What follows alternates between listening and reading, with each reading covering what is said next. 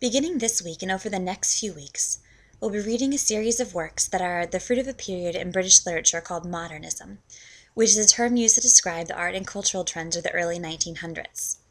The period is marked by a sense of self-consciousness and a general uncertainty about truth.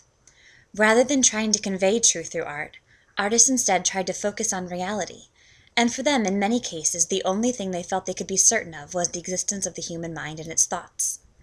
So a portion of the writing of this period is an attempt to communicate the workings of the human mind through a stream of consciousness narrative style.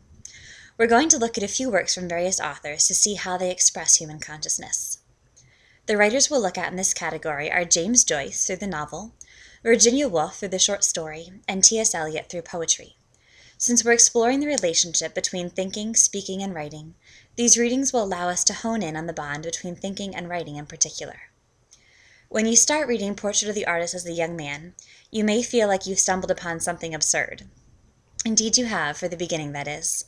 The first pages in this book are an attempt to convey the consciousness of Joyce's early childhood. If you know any very young children, I imagine his hodgepodge is a good representation. The book becomes far more coherent in just a few pages, though, so don't give up.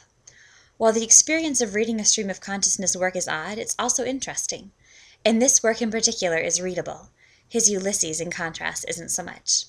There's a clear storyline and intelligible events and thoughts in Portrait, and I actually think it's a neat book to read, hence why I've chosen it for you. Joyce is an Irishman who lived between the 1880s and 1940s.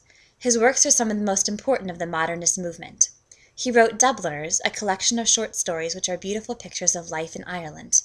We'll read one of them, Araby, in a few weeks. He also wrote Ulysses, Finnegan's Wake, and Portrait of the Artist.